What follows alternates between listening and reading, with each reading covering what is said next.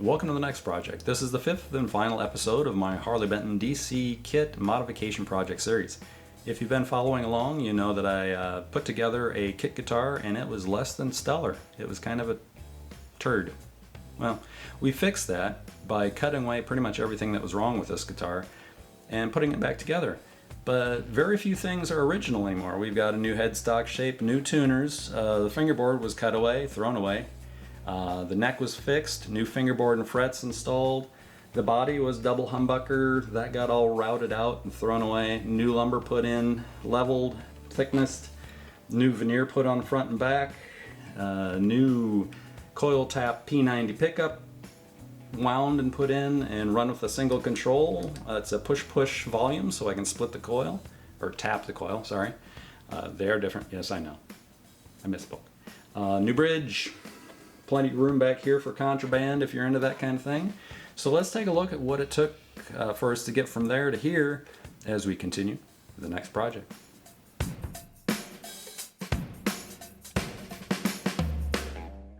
With the body pretty much ready to go and a hole poked in it for a P90, I figured I better get a P90 ready to go in it. Some of you probably saw my video on winding P90s with a coil tap introduced. And this is actually one of those P90s that we're going to be looking at here. Getting it wound up on my pickup winder, I ran about 6,500 winds on this bobbin. And then I ran the loop out for the coil tap. Then finished off the winding up to about 10,000 winds total.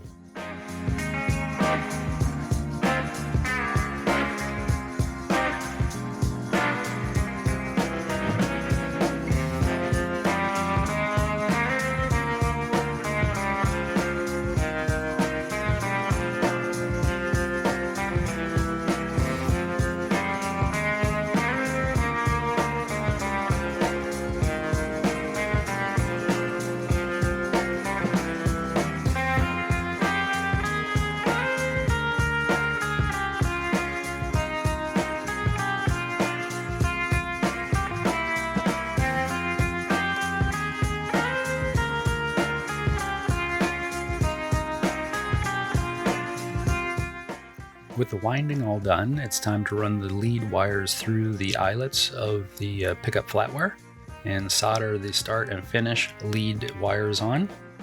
I'll also be adding the coil tap wire, and now I'm doing a quick resistance test just to make sure the pickup works, make sure it's viable, and it does work.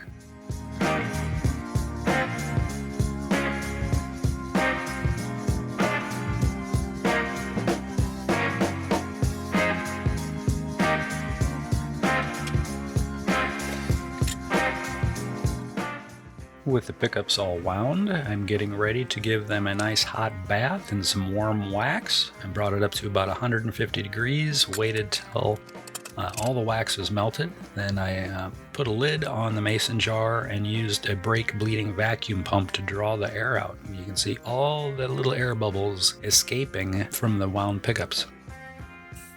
It worked pretty well.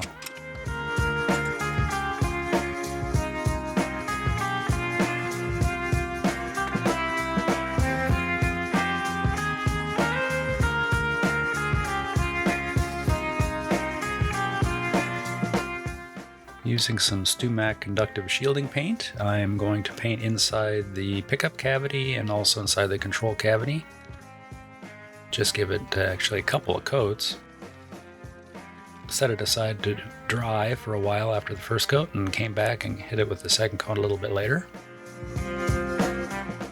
I usually use a different paintbrush, but of course I don't have any idea where that is. So this is just a small, like an 1/8 inch wide kind of artist paintbrush.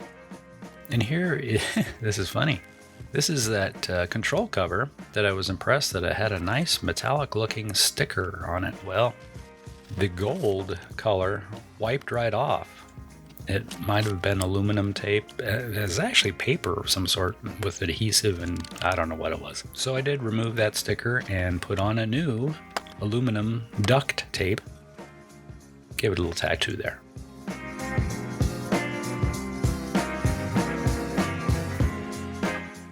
It's time to do some wiring. We have our coil tap pickup with a ground wire, a 6500 wind wire, and a full 10,000 wire. Goes into a push-push potentiometer, which is a volume pot. When it is in the down position, the full 10,000 winds will be running through the circuit. And when the pot is in the up position, it'll be running the 6500 coil tap wind count through. And there's still some work going on. Maybe a treble bleed will go into this guitar.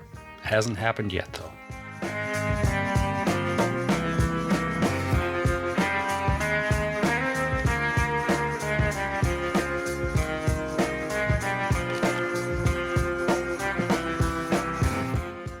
I have two different shaft length push-push potentiometers. One's a short shaft, the other's a long shaft. They both have the 3/8 inch threaded shaft diameter. And I'm getting the leads from the pickup prepped here, getting the ends stripped off and tinned, and then be getting them soldered onto the potentiometer and onto the output jack. Not running any tone control on this. Some people would say the tone is in your hands. Well, my hands, there's no tone in my hands. But I'm just trying to keep this build pretty simple again, and just getting everything hooked up, and at this point crossing my fingers hoping it will work.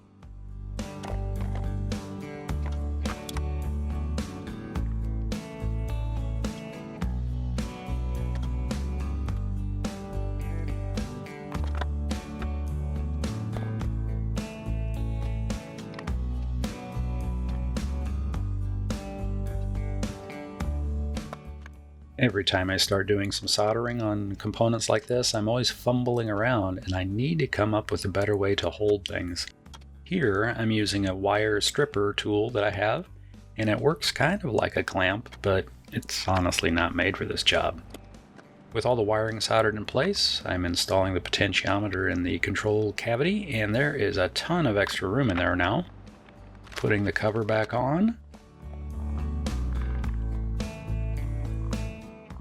Oh yeah, swapping out knobs.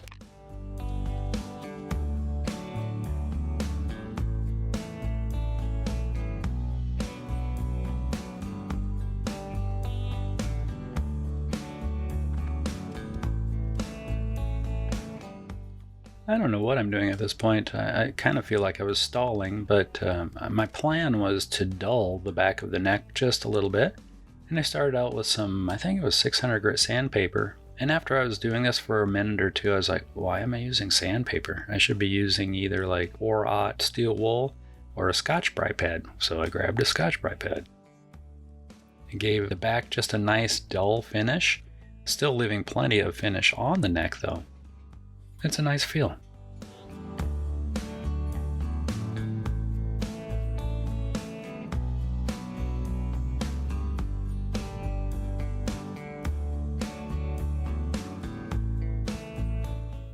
Due to human error, I have failed to collect a video of me drilling pilot holes for all of these tuners, the set screw that goes with the tuners. So we're just going to have to use our imagination. The tuners I chose to use on this guitar are Geiger 20:1 ratio locking tuners. And this is the first time I've used these Geiger brand. Bought them on Amazon. I think this pair, or set I should say, was about $29. And I'm initially very impressed. They're very well machined overall. The string shaft is really well fit in the body of the tuner itself. Chrome finish looks to be pretty good quality. The locking shaft does come out of this set, which is a bit of a surprise.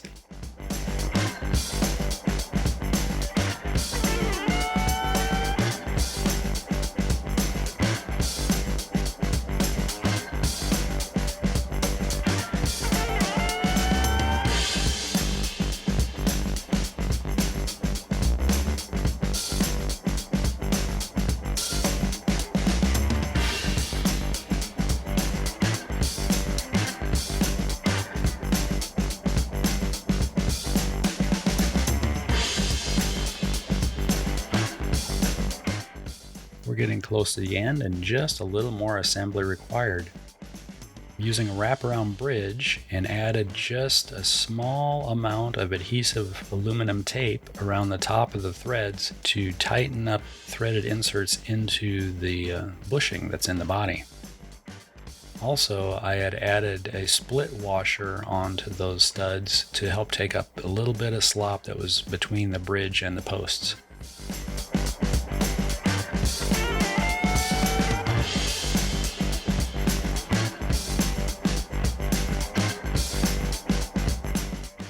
It's time to start fitting a bone nut for this guitar using a half pencil to mark about where the top of the nut profile will end up being. Small vise thrown on the bench there, a lot of sanding, fitting, string spacing rule, a quick scratch in the top of it with an X-Acto knife, then a fine saw blade, and then on to the nut files.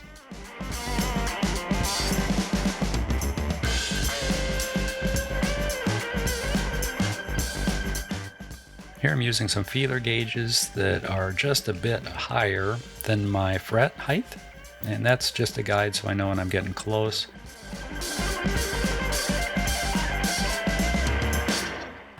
More trial and error, fitting, sanding, filing, fitting, sanding, piling, on and on.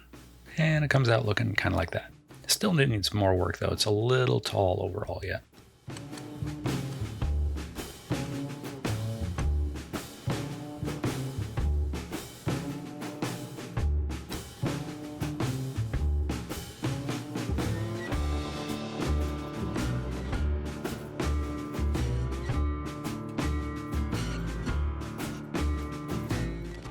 Doing an initial string up so I can start getting everything where it needs to be and get the intonation set, or at least roughed in. And these strings will go in the garbage when all this work is done, and a fresh set of strings will go on once I have the nut filed and the string height adjusted and the intonation where it needs to be.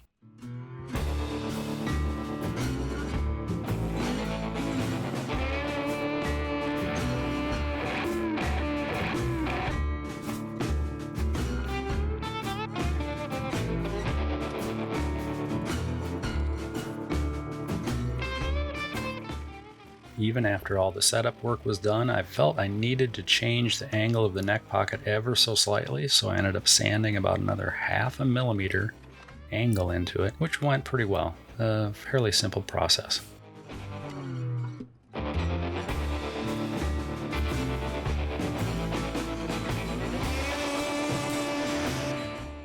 I will be forever amazed that I can pick something up, set it down, and instantly lose it. I'm making a truss rod cover because the one that came with the guitar, which was plenty good, went missing. So I decided to use the pick guard that came with the guitar, made a new template for a truss rod cover. Now we're taking it to the router table, giving it a little bit of bevel and making it pretty.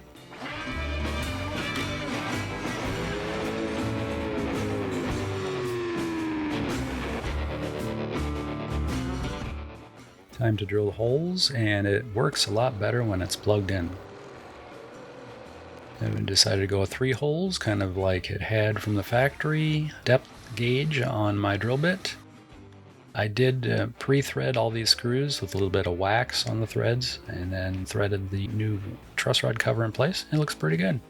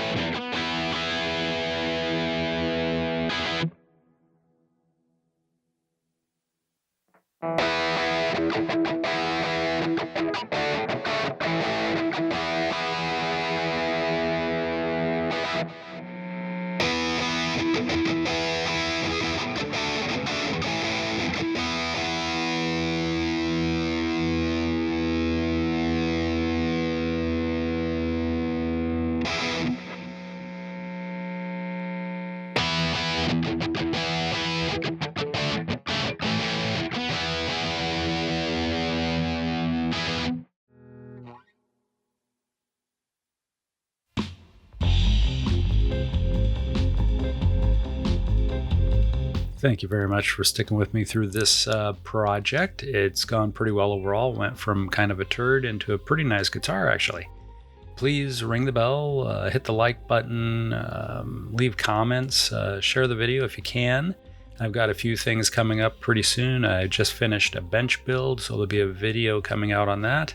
I have a headless Les Paul that needs serious neck repair. That will be coming out soon. And also I have a Fender Starcaster mod coming up pretty soon as well. What else? Oh my gosh, I don't know. I think I got a couple builds in line also. More than a year's worth of work already lined up.